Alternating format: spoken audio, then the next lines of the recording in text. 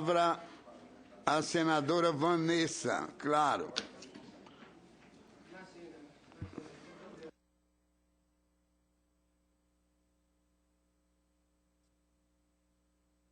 Agora está.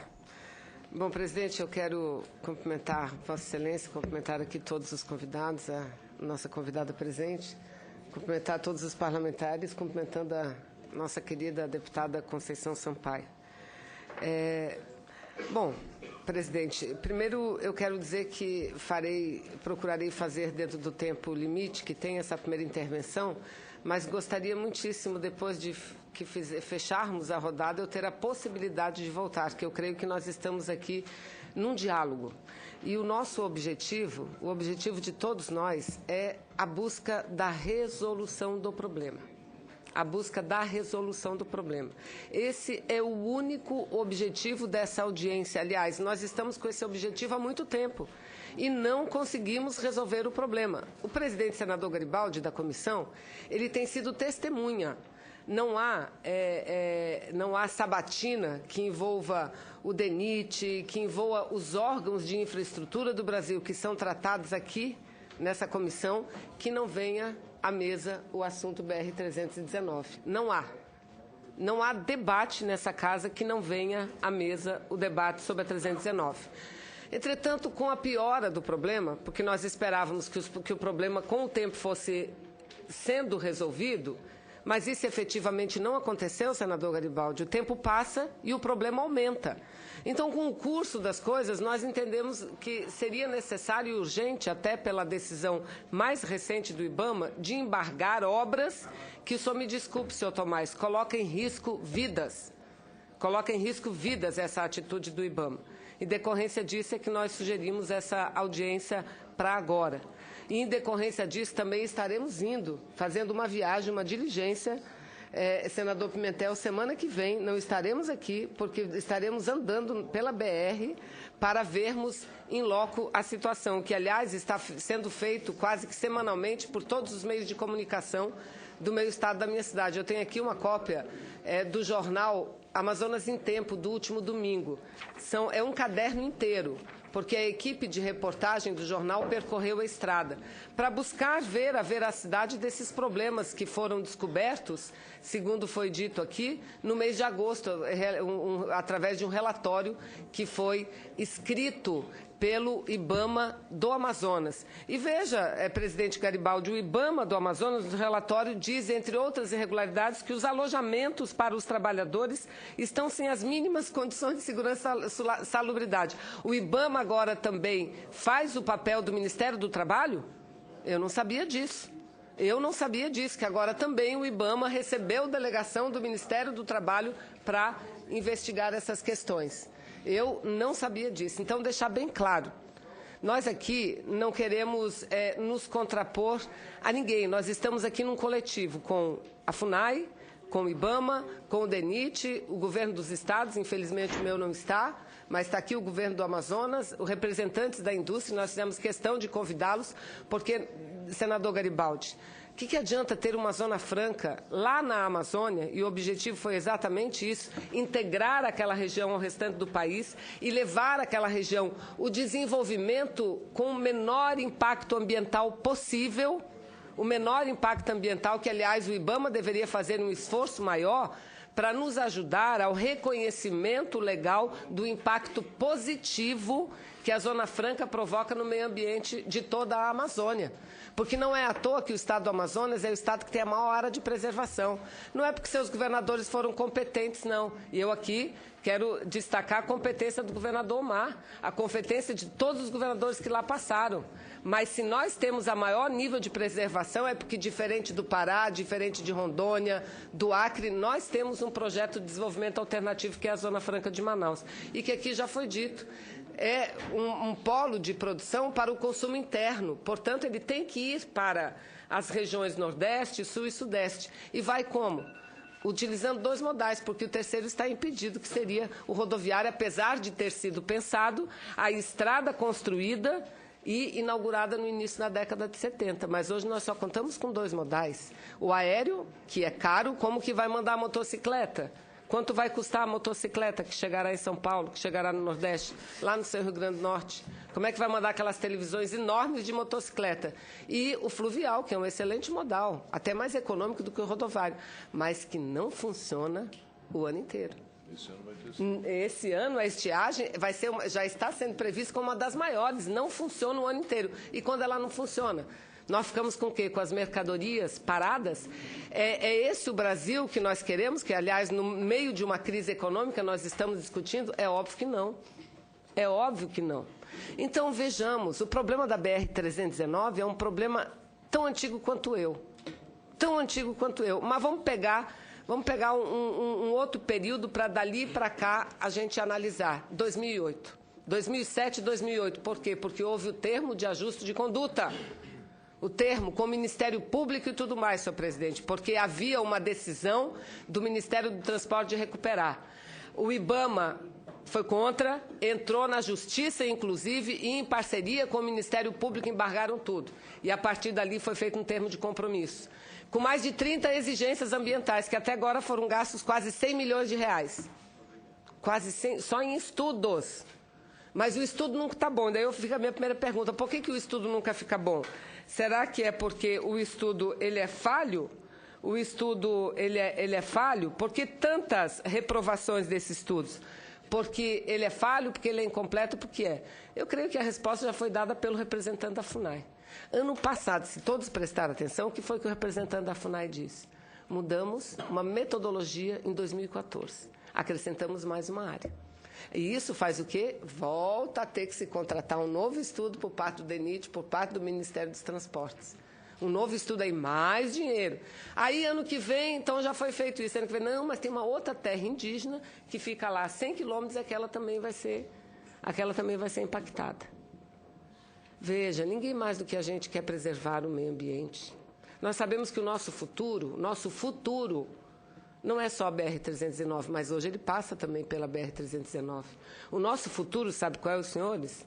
É utilizar de forma racional a nossa riqueza, que, aliás, estudos no mundo inteiro dizem que é a maior riqueza do planeta, é a nossa biodiversidade. De lá a gente pode extrair tudo que é produto com valor agregado e ganhar o mundo com medicamentos patenteados, corantes, com absolutamente tudo. Mas, para isso, a gente precisa que a nossa Zona Franca se desenvolva e ela está sendo impedida de se desenvolver. Ela está sendo impedida de se desenvolver. Então, senhor presidente, eu aqui quero, primeiro, dizer que essa parte, para mim, não está claro. E nós estamos aqui para debater, nesse momento, a paralisação das obras emergenciais. O embargo que foi feito pelo IBAMA. E do jeito que o IBAMA embargou ontem, ele pode desembargar hoje, senhor presidente. Ele pode.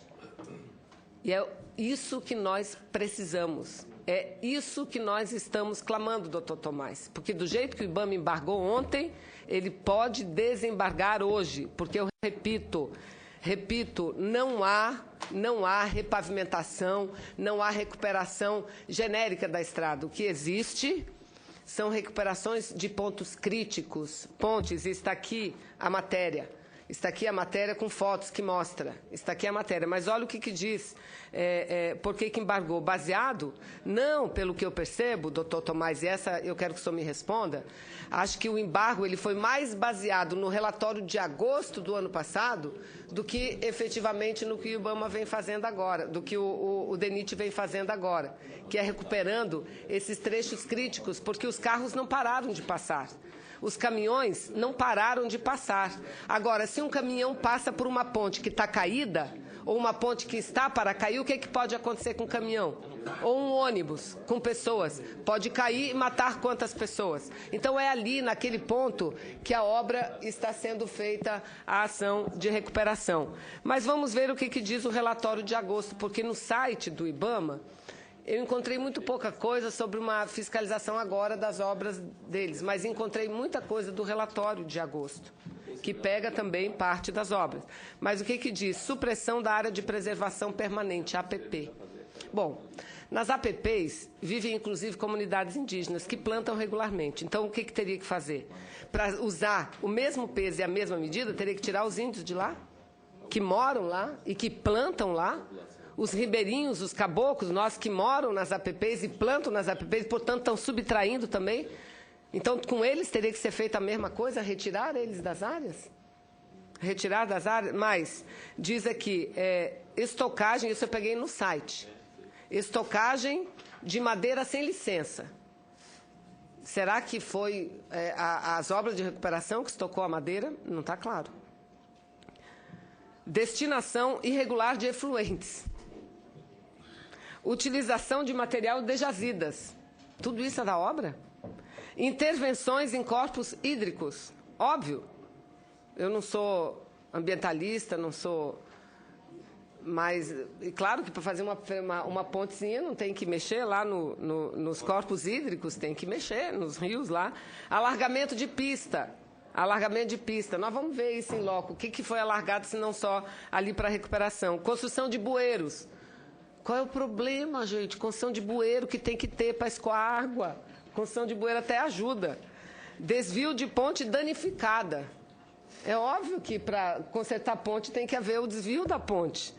E os alojamentos para os trabalhadores, que isso aí é uma coisa assim que, acho que na reforma, se a presidente soubesse que o IBAMA era tão assim, tão prestativo em analisar questões trabalhistas, quem sabe não economizaria também, passando o Ministério do Trabalho para o IBAMA, não é? Mas, enfim, então nós temos essas questões que são muito graves, muito graves. E eu tenho certeza que o problema desses refazimentos dos estudos de impacto ambiental não é por questões de negligência, pode ter até uma outra falha, mas, no geral, sabe qual é o problema? É que sempre aparece um novo problema.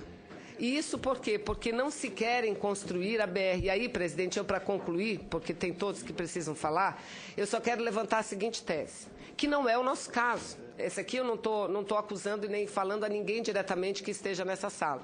Mas é um caso de muitas instituições mundo afora.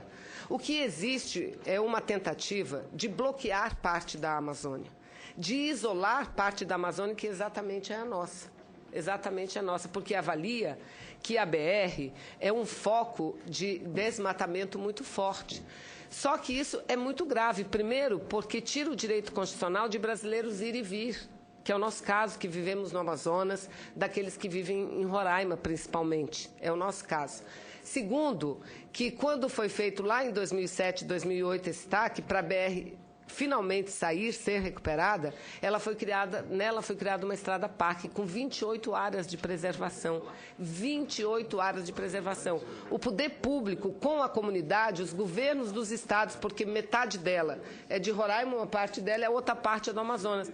Há esse contato entre os dois estados, que cuidem para que não haja para que ela não seja o foco de expansão de desmatamento. Isso é plenamente possível. Eu vivo em Manaus a minha vida inteira. Eu nunca vi, senador Garibaldi, eu nunca vi tanta fumaça na minha vida. Eu nunca vi tanta fumaça. A gente não consegue respirar em Manaus. A primeira vez que eu vejo. A culpa é da BR-319? Deve ser. Será que é? Deve ser. Deve ser. O senador assim está dizendo que acha que é a BR-319. Veja, é um problema ambiental muito maior que tem, mas é a BR que está parada. A BR que está parada, numa obra que eu repito, ela não só, senadora Cida, é uma obra de recuperação pontual, mas é uma obra necessária para evitar acidentes com morte, inclusive. Acidentes com mortes, não é?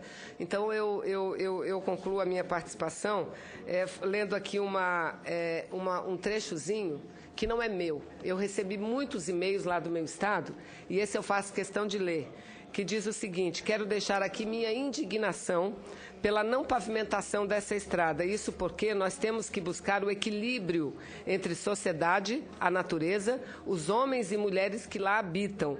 O que nós estamos vendo são conflitos políticos de modais que não estão permitindo a reprodução digna e justa da vida daqueles que habitam dentro da BR, no entorno, em cima e embaixo da BR-319. Veja, preocupação com as pessoas que lá habitam. comissão e esse e-mail que eu recebi está assinado por Terezinha Fraste, que é ambientalista, professora da Universidade Federal do Amazonas e uma pessoa que trabalhou na elaboração, foi uma colaboradora da elaboração desses estudos de impacto ambiental. Então, presidente, eu queria que Vossa Excelência, como presidente dessa comissão, fosse o grande árbitro a arbitrar uma solução, porque eu repito, o que nós queremos aqui é que o IBAMA desembargue o que embargou. E possibilidade técnica para isso há. Aliás, seguro-defesa não tem mar, né? Pode pescar. Então, a técnica, o técnico, quando quer, se acha. E técnico muito para garantir a continuidade das obras agora tem, enquanto seguimos numa solução rápida para a sua recuperação total. Obrigada, presidente. Agradeço a senadora Vanessa Graziotin.